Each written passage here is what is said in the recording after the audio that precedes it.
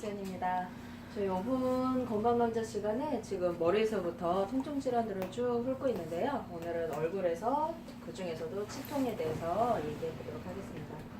한의원에서 웬 치통이 하실 수도 있겠지만 이게 치통이 이가 아파서 오는 치통이 있고 다른 이유 때문에 오는 치통들이 있어요. 그래서 그걸 먼저 알려드리면 예를 들면 이제 근육성 치통이라고 해서 이 주변의 근육들이 뭉친 걸로 인해서 치통처럼 오는 통증이 있고요.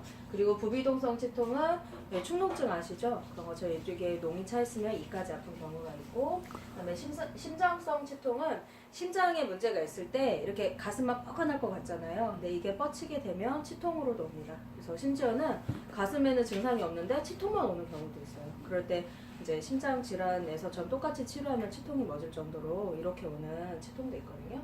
그리고 신경혈관성 치통이라고 해서 이것도 신경이나 혈관 문제로 이제 이건 박동성으로 이렇게 욱신욱신 되겠죠. 그리고 3차 신경통에는 치통이 있는데 이거는 의외로 이제 좀 헷갈릴 수가 있어서 좀 자세히 보면 3차 신경통은 얼굴로 가는 이 신경들의 통증이 생기는 거예요. 그래서 특징은 치통과 다르게 짧고 강렬한 통증이 있고요. 그에 반해서 치통이 이제 있으면 염증이니까 계속해서 좀 통증이 있고, 그리고 3차 신경통은 수면 중에 깨는 일은 없고 쉬면 또 좀 낫고 그런 양상이 있는데, 치통 같은 경우에는 계속해서 심하면은 밤에도 막 아프기도 하고 그렇습니다. 그리고 편측성으로 오는 경우가 많고, 치통도 뭐 이쪽에만 문제가 있으면 그렇겠지만 양쪽 문제가 있으면 당연히 양쪽으로 오겠죠. 그래서 이거는 진짜로 이가 아파서 오는 치통인데요. 자세히 한번 볼게요. 하나는 이제 시린 거예요. 주로 시린 거. 시리면서 아픈 상아질 과민증이라고 해서 여기 겉에 바로 안에층이 이제 상아질이라는 조직이 있는데 거기에 문제가 생긴 겁니다. 그래서 특히 찬물 마시면 시린 분들 계시죠. 근데 이게 심해지면 나중에는 따뜻한 물 마셔도 시리게 되거든요. 그리고 이쑤시개 사용할 때 특히 이렇게 시리다고 표현하시는 분들 계시고, 네, 그렇습니다. 그래서 이거는 사실 처음에는 치아의 자극을 줄이면 자연 치유가 돼요. 그래서 이제 양치질도 막 너무 막 세게 하지 마시고 요령이 중요하니까. 그리고 너무 뻣뻣한 칫솔도 좋지 않고요. 그리고 치약도 미백 성분이 있는 치약들이 좀 자극이 있을 수 있어요. 그런 거 대신에 시린이에 맞춘 치약을 쓰시면 초기에는 잘 낫고, 그래도 이제 심해질 때는 뒤에 나오겠지만 치료 좀 받으시는 게 좋아요. 그래서 일단은 찬 거를 먹을 때 시리기 시작하면 치료를 하시는 게 좋습니다. 나중에 따뜻한 거 먹을 때도 시리게 되면은 신경관이 손상된 거라서 치료가 더 많이 어려워지세요. 오래 걸리고, 일단 치과 치료는 좀 빨리 하시는 게 좋아요. 그리고 또 하나는 치수염인데 이건 주로 충치로 인해서 오는데, 충치가 더 깊어지면은 여기는 치수라는 조직을 침범해서 치통이 옵니다. 그래서 치아에 강한 충격 때문에도 오기도 하지만 주로 충치 때문에 오고요. 그래서 심하면 귀나 뺨까지 이렇게 아플 수 있어요. 충치 심하게 알아보신 분은 알겠지만 그런 통증이고요. 그래서 치료는 충치를 당연히 치료해야 되고, 이렇게 간혹가다 침 맞으러 뭐 다른 것 때문에 오셨는데 이가 아프다 그러실 때 저희가 침을 놔드리면 진통 효과가 어느 정도 있거든요. 그래서 그게 병행하시는 거 좋으니까 아프시면은 모든 말씀을 하세요. 일단 너무 아프다고.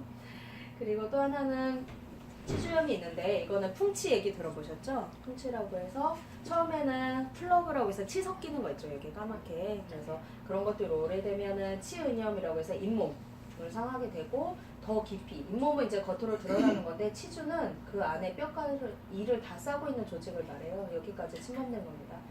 그래서 처음에는 이제 뭐 통증이 심하지 않기도 하고 부위에 따라서 통증이 아주 심하기도 하고요. 그리고 염증이 심하면 감기 기운과 오한, 막 감기꾼처럼 이렇게 오기도 합니다. 그리고 만성은 통증이 약하니까 알기가 힘드니까 이거는 정기 검진을 좀 하셔서 그때그때 좀 치료하셔야 돼요. 그래서 농이 형성되면 저희 같은 경우에도 뭐 농을 빼내는 약재가 있어요. 한약이 있어서 그런 것도 같이 하시면 도움이 되고, 저희가 이제 갖다 놓고 있는 한방치약이 있는데 이것도 뒤에 소개하겠지만 이런 경우에 효과가 좋습니다.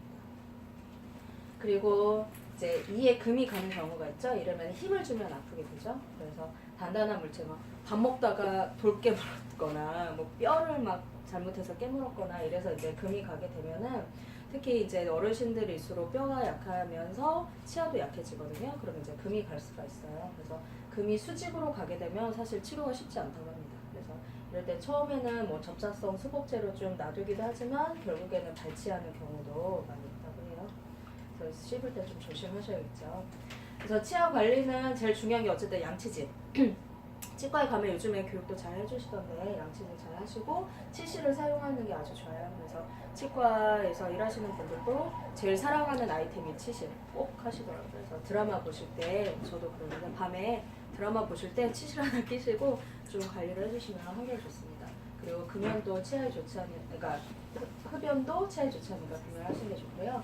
그래서 6개월마다 치과 검진하고 스케일링 꼭 하시고 그리고 그 풍치나 치음염이 있을 때는 저희가 갖고 있는 한방치약도 도움이 되니까 하시고요. 딱딱한 음식 조심하시고 이런 식으로 관리를 하시고 그래서 꾸준한 관리로 치아를 건강하게 유지하시고요. 아프다 싶으면 일단 다 말씀하시고 그래서 저희가 치료 도와드리도록 하겠습니다. 감사합니다.